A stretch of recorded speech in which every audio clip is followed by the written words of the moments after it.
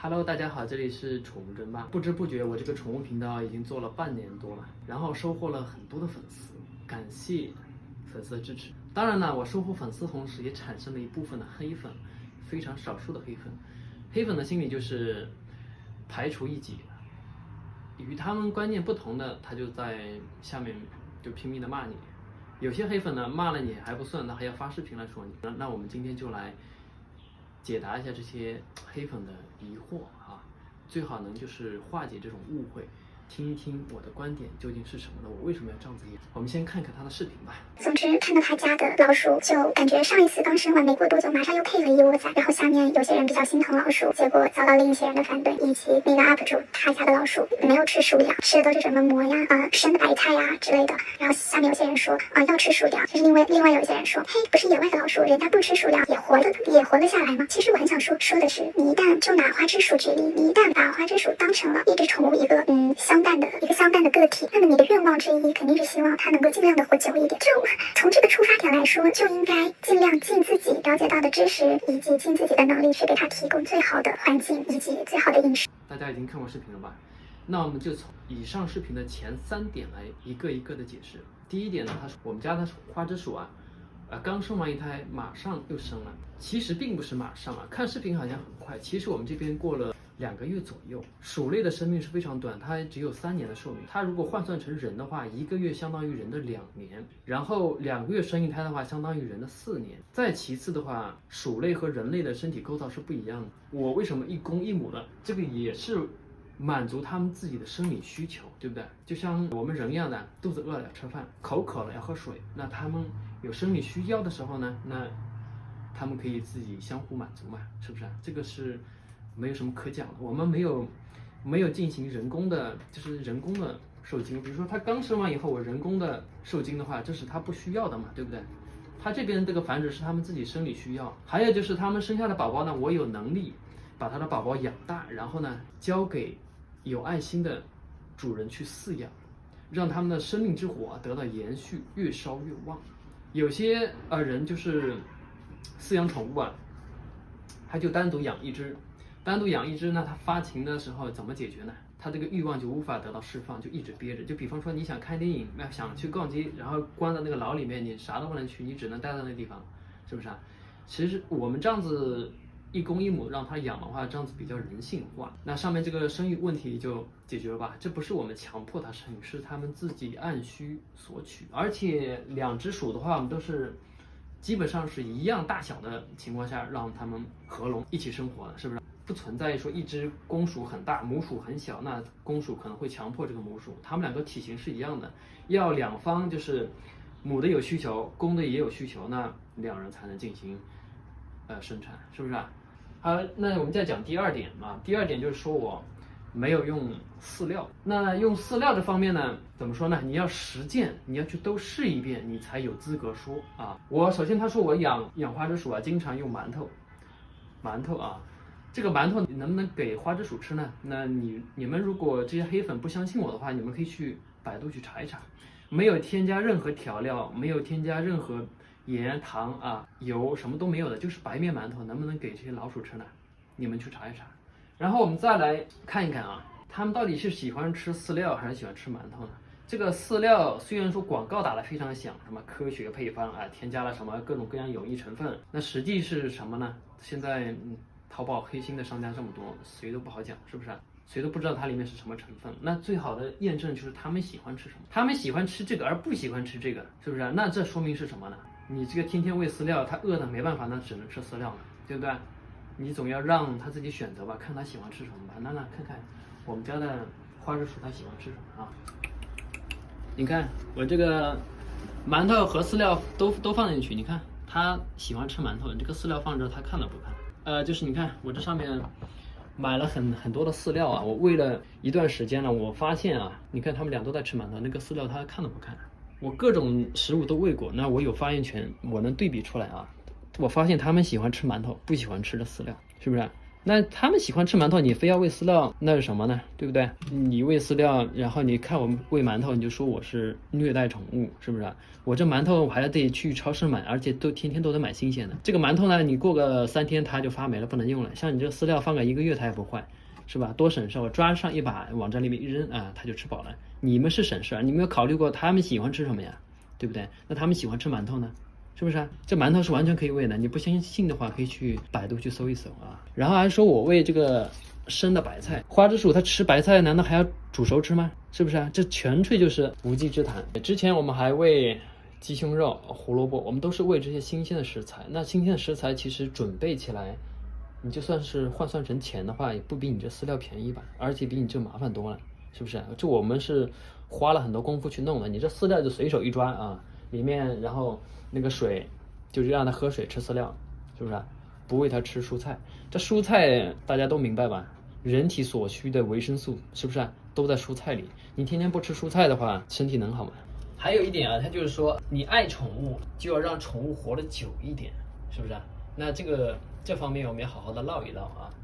它们鼠类啊，本来就是生理上本来就是有这种繁殖的需要的，就像狗一样的，它需要小区里面去散步去遛啊。你比如说把这个狗天天关在笼子里不去遛它，你比如说没时间啊，天天关在笼子里没去遛它啊，那它会不会对身体造成一种不好的影响呢？那鼠类也是一样的，它们身体需要繁殖，而你呢不让它繁殖，关在那里，是不是？即便你说它繁殖了会影响它寿命，能影响多少呢？鼠类它的寿命3年左右，2到3年左右啊。你就是养尊处优的给它放在笼子里好好的养，给它好好吃啊，给它好好弄，你顶多就是多活个几个月、半年，是不是？这样子又能有什么呢？生命的意义是什么？生命它的意义是什么？生命就是要不断的活下去，但是呢，生命是有限的。那像鼠类是3年，对不对？那如何让它生命延续呢？那就是要让它繁殖了。我们人类也是一样，那人类自古就有多子多福、儿孙满堂，是不是？人类都有这种想法。那宠物呢？作为他们而言的话，天生就弱小，他们要靠不断的繁殖，让自己的种族壮大，是不是？那我让他们正常的繁殖，你们有生理需求，你们就自己去解决，是吧？生出来的宝宝我给你养大，养大以后呢，我又就是交给那些喜爱他们的粉丝朋友来让他们养。全国各地都有，让它的生命之火在全国蔓延，是不是啊？这才是生命的意义吧？让它的生命之火越燃越旺。而你呢，就是2只母的或者2只公的，让他们孤独终老啊，多活个半年有什么意义呢？它只不过是在那个牢里面多关了半年而已，是吧？它的生命之火是越来越弱，越来越弱，然后最后熄灭，是不是啊？它的生命在这个世界上留下了什么呀？对不对？他的生命没有得到延续啊。好了，我们下面再看一段他的视频，然后再继续来进行分析。它这样子图挖过来，里面真的我可能表述的不是很专业，多少的细菌，多少就是可能会让花枝得各种疾病的微生物都在里面，它没有经过处理，直接在缸子里面把土给铺满。我当时看的时候是真的很窒息，它美名其曰说是要给花枝鼠一个什么接近原生态的一个环境，反正大概意思是这样。但我觉得说怎么说呢？按它的那样子来看，它是至少来说是把养花枝当成一个实验观察的过程吧。所以说，但是我真的觉得自从我养了花枝鼠，我就很难看到别人这样子对待花枝，我真的忍不住了，所以我非常的生气啊！我真的看得太气了，但也还爬起来就是录一录视频，不应该就是说要科学喂养的都要被一棒子打死。然后一般情况下抨击这些主张科学喂养的言论都是，哎呀不是在野外，就是在这些羊啊什么被发明之前，他们不是也活得好好的吗？但是我还是那句话，我是觉得说，天呐，兜兜转转又回来了。反正总结一句话就是，我是觉得说，你如果真的爱护你的宠物，爱护这个你们相互陪伴的个体，那么你就会像对待孩子一样，想方设法想让他活得更好，是吧？我觉得这个道理真的挺简单的。下面我们再来分析一下它上面视频所说的。第一点，他说我这个花枝鼠放在土里养，这个土没有经过消毒。那大家试想一下，这个世界上除了鸟类、鱼类，哪一个生物不是在土里生活的？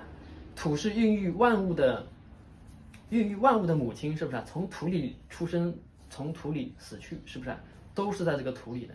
你这个土，我特意是开车跑到高山上去挖那种，就是没有被人污染过的这种高山上面的黄土啊，是不是？你这样的土还要消毒，那人还怎么生存？那世界上各个生物还要怎么生存呢？是不是啊？那你按照他的这种想法的话，你这个花枝鼠宠物是不是要放在无菌的饲养箱里面饲养啊？我们这个世界啊，到处都是充满细菌的，细菌是我们和我们生物啊是就是息息相关。对，息息相关的，在一起生活的。你呼吸的空气当中没有细菌吗？你的手上没有细菌吗？你的手即便洗得再干净，手上还是有细菌，除非你放在100度的水里杀菌啊。但是有些菌还是能耐高温的，100度都杀不死的，是不是啊？你的鼻腔里没有细菌吗？你的肚子里没有细菌吗？然后你的手机上没有细菌吗？手机上拿去显微镜看一看，细菌是最多的地方。所以说不必要过多的去怕它，是吧？正常的细菌是对生物是无害的，除非一些恶性的致病菌，那才有害。所以呢，这方面我们就不用去讨论了啊。世界上除了鸟类、鱼类，所有生物都是要生活在土里的，对不对？没有不生活在土里的生物吧？啊，对。上次我就是在土里发现的那个怪虫啊，是我在网上买的蚯蚓里面携带的，并不是那个土壤里的。那个土是非常干净，里面是没有任何虫子的，没有虫子的黄土。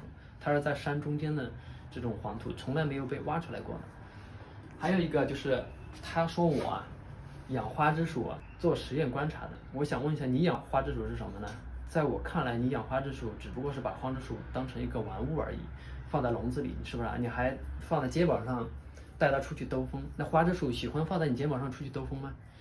养过花枝鼠的人都知道吧，花枝鼠是非常非常恐高的，它这么高的高度，它是在上面非常惊恐，它不敢跳下来的，一点点高度它都不敢跳下来，它是非常的恐高的。啊，你把它放在肩膀上出去逛街啊，就这对它的好吗？只不过是你自己认为啊，我认为逛街很好玩，然后带上我的花枝鼠，它也很开心。当然了，这是绝大多数人都会这么认为，他认为我吃了旺旺雪饼啊，我给我的动物吃点，那我觉得好吃，他肯定也觉得很好吃。每个人都会有这样的想法，然后你认为带着它出去逛街，你也很开心，你以为你的花枝鼠就很开心，那不然，这只是你认为，你不知道他心里怎么想的。他当然想着安安稳稳的在自己窝里了，谁想着爬这么高，是不是啊？在那恐高，吓得半死，是不是啊？所以说，你以为你很爱宠物，其实你并不爱，只不过是你理解错误了。还有呢，就是他说我把这些花枝鼠就当成实验品啊，更说我是当成实验品。那实际上是什么？那我给他，比如说用土来当垫料，那猫砂当垫料，那各种各样垫料我都尝试过。那我只是就是在探索。人必须要有经历实践，你才知道什么才是最适合他的。我用土养过，用猫砂养过啊，用各种各样的木屑也试过，那我才能分析啊哪种垫料是最适合他的，对不对？你没有分析，没有试过，你就是根本就没有权利发言的，你就不知道到底什么才是最好的。我们要必须去试一试，看一看，去观察，是不是啊？当然了，大家养宠物啊，要用正确的观念。正确的价值观来去养宠物，宠物是宠物，是不是啊？它不能代替你的家人，它不能比你的地位更高。像他所说的要科养，你自己有没有科学生活啊？你有没有熬夜打游戏，熬夜，比如说喝可乐啊，吃那些不健康食品？你自己的生活都这么的不科学，然后要求呢宠物呢要非常非常的科学，不能受到一点一点的伤害，难道它的生命比你的生命更珍贵吗？是不是啊？宠物就是宠物，现在就是随着人类的生活水平提高啊，就会衍生出很多的兴趣爱好嘛。有些人喜欢琴棋书画，有些人喜欢收集古玩，那有些人喜欢养宠物，是吧？它只是宠物，是吧？你不能把它就是看得比你自己更重要，甚至比你的家人更重要。那现在有没有人把宠物看得比家人更重要的？扣个一给我看看，是吧？它难道比你的父母更重要吗？比你的小孩更重要吗？不可能吧！父母从小含辛茹苦的把你培养长大，是不是啊？然后你随便在外面买了，比如说1、2千的狗猫，啊，就比我爸妈更重要了，那你爸妈肯定哭死了，是不是啊？那再来说孩子，孩子是你和你老婆的生命的结晶，生命的延续。他如果比你孩子更重要的话，那成什么了？肯定是思想有问题。那么建议一些心理医生去看一看。好吧，那我们下面继续看啊，看看它还有什么槽点，我们来继续分析。今天 B 站首页给我推的关于他的那个视频，是说他扬言要培育什么品相最优良的花枝鼠。当时我就觉得虽然我能理解他可能标题写成这样是为了吸睛，增加点击量，肯定有这方面的原因，但我还是觉得说真的非常的不负责。一方面是没有考虑到就是母鼠和公鼠双方的，比如说身体性格因素。因为我没有记错的话，他家有一只鼠，就是在我之前有刷到他的视频里是很凶的，会咬人的。他甚至去摸花枝的戴手套。最让我生气的是他家那只母鼠，就之前要照顾2只鼠，相当于2只鼠一共的孩子，然后其次就是他生完不久又怀上了一窝。但显然他视频里面展现出来的，他并没有给予说很好的就是食物上的补偿，或者说是喂养营养的补充吧。所以我就真的觉得很生气。再加上他们的那种心态，我觉得真的有点像当成完完全全的实验品以及一种生育机器了。他说我对宠物不是真爱他是真爱。他带着宠物放在肩膀上出去逛街遛弯就是他就是真爱了。放在宠物里不断的用手把玩，那就是真爱了。那他的宠物是不是真的喜欢他这样子不停的把玩抚摸呢？那你自己将心比心一下，你比如说被一个巨人关在一个小笼子里，然后他不停的拿手摸你，你很舒服吗？是不是你真的爱宠物的话，就不要去过多的干涉他们的生活。那他在笼子里，你不要经常去摸它。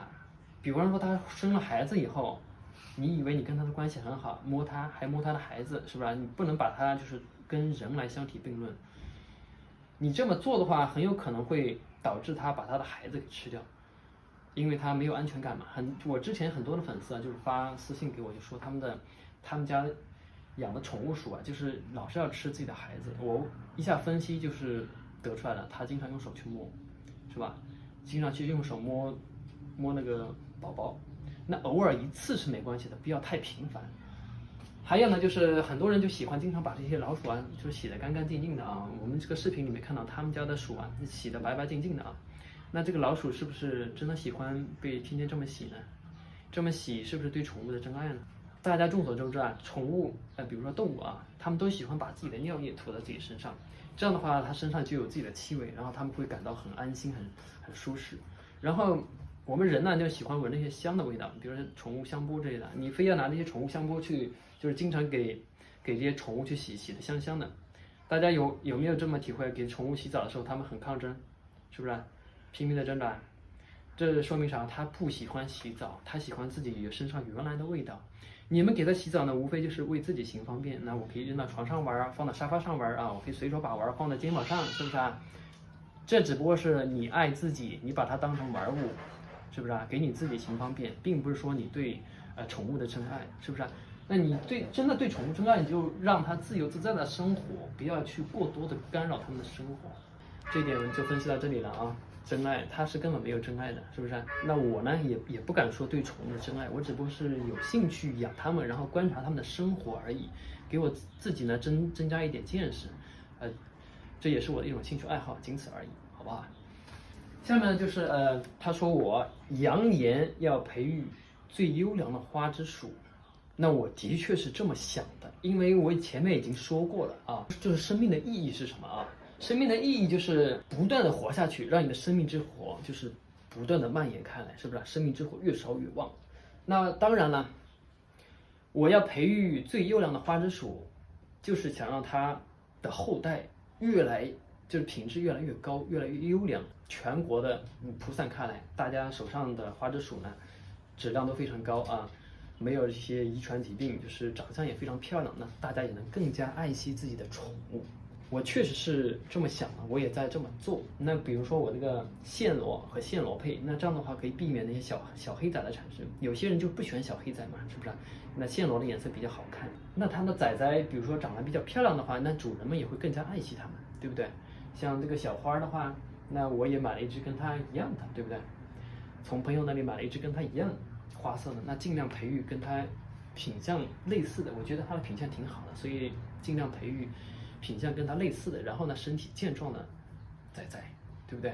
那我这个话我是这么说，我也是这么做的，就没毛病吧，对不对？什么叫扬言，对不对？我是这么说这么做的，好不好？然后后面就是说他说我们家的后面就是说我们家的花枝鼠我养的花枝鼠要咬人，他感觉很可笑。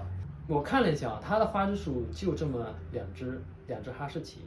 那养过很多品种花枝鼠，对花枝鼠有一定研究的人都明白哈士奇啊是性格最温顺的，花枝鼠里面是性格最温顺的啊。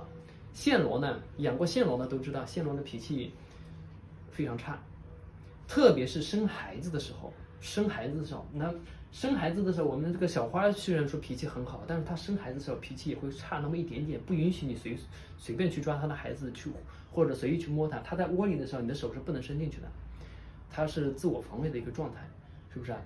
怀孕期的花枝鼠是特别凶的，是不是啊？大家要小心。然后暹罗呢，它的脾气就更差。来，我们来这边看一下啊，大家看一下啊，这2只都是哈士奇。哈士奇呢，基本上是非常温顺的，就是除了怀孕期间、生宝宝期间啊，不要去摸。正常情况下的话，它们是非常温顺的。然后看我们这边，小灰也是哈士奇，非常的温顺。还有公鼠呢，要比母鼠稍微温顺一点。这个是公的暹罗啊，公的暹罗还好呢，是不怎么咬人的。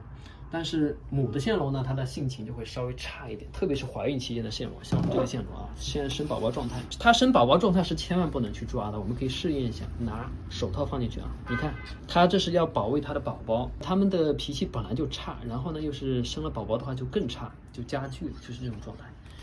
是不是啊？他这么说话，说我们家的花枝鼠还用手套去抓，他这么说话完全就是不负责任，就是乱讲嘛。你看我们家的花枝鼠，它当然每一只花枝鼠都有自己的性格嘛，是不是啊？还有最后一点，他就说我们家的花枝鼠啊，生完宝宝，没有给他们吃营养品什么的。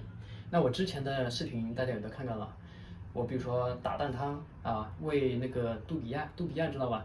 网上淘宝去搜一搜，几百块1斤的，营养物质是非常丰富的，比你那个他喂的那个虫干啊，你虫干其实晒干了以后营养流失了很多，比你的虫干营养很多倍，好不好？还有我打了蛋汤也很有营养的，是不是啊？然后呢，我拍视频的话，并不是他们生活的全部啊，拍过视频的都明白，你拿这个手机啊，还要去喂它东西是很麻烦的。我们视频里的只不过是冰山一角，是不是？我们平常是经常在喂的，只不过是大多数的时候呢，没有记录下来。